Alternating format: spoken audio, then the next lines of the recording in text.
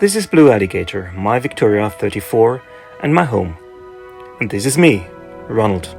Together we set sail at the end of June 2020 and sailed from the Algarve out into the Atlantic Ocean, first to Madeira and then to the Azores. These videos are about sailing single-handed, life on a small sailing yacht, and about a beautiful archipelago in the middle of the Atlantic. Subscribe here and follow us on our journey